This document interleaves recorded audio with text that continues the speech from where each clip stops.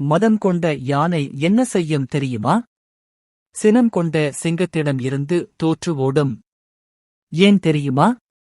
யானையின் மதம் என்பது ஒரு வகையான மயக்கம், அது எதைச் செய்கிறோம் என்று தெரியாமல் செய்யும் செயல். ஆனால் சிங்கத்தின் சினம் என்பது ஒரு கூர்மையான ஆயுதம். இங்கே நாம் கவனிக்க வேண்டிய விஷயம், கோபம் என்பது ஒரு பலவீனமான உணர்வு அல்ல, அது மிக வலிமையான ஒரு உணர்ச்சி நிலை.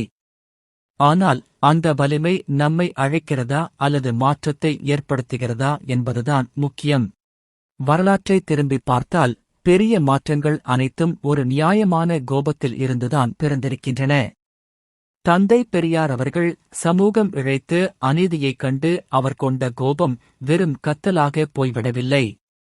அது மூடநம்பிக்கைகளை உடைக்கும் ஒரு புரட்சியாக மாறியது. பெருந்தலைவர் காமராஜர் அவர்கள் ஏழை சிறுவர்கள் ஆடு மேய்ப்பதை பார்த்து அவர் கொண்ட கோபம் அதிகாரத்தின் மீது காட்டப்படவில்லை, அது கல்வி நிலையங்களை நோக்கித் திரும்பியது.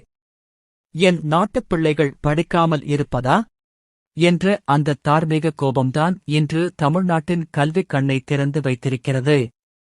இவர்கள் சும்மா சும்மா கோபப்படவில்லை.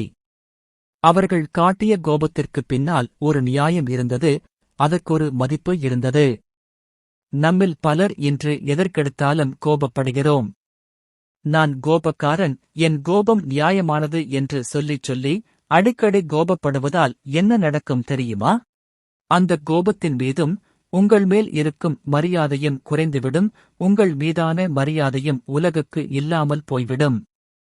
அடிக்கடி கத்தும் ஒருவரை பார்த்து உலகம் இவனுக்கு எப்பவுமே இதுதான் வேலை என்று அலட்சியப்படுத்திவிடும்.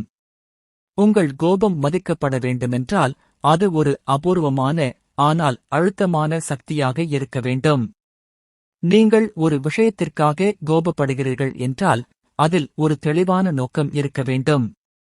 அந்த கோபத்தின் முடிவில் ஒரு தீர்வு கிடைக்க வேண்டும். வெறும் கத்தலும் கூச்சலும் கோபம் அல்ல, அது வெறும் இரைச்சல்தான் என்பதை புரிந்து கொள்ளுங்கள்.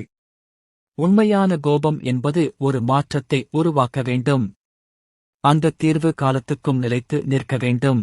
இந்த விஷயத்திற்காக இவர் கோபப்பட்டார், அதனால் ஒரு தீர்வு கிடைத்தது என்று சொல்லும் போதுதான் அந்த கோபத்திற்கு ஒரு கம்பீரம் கிடைக்கிறது.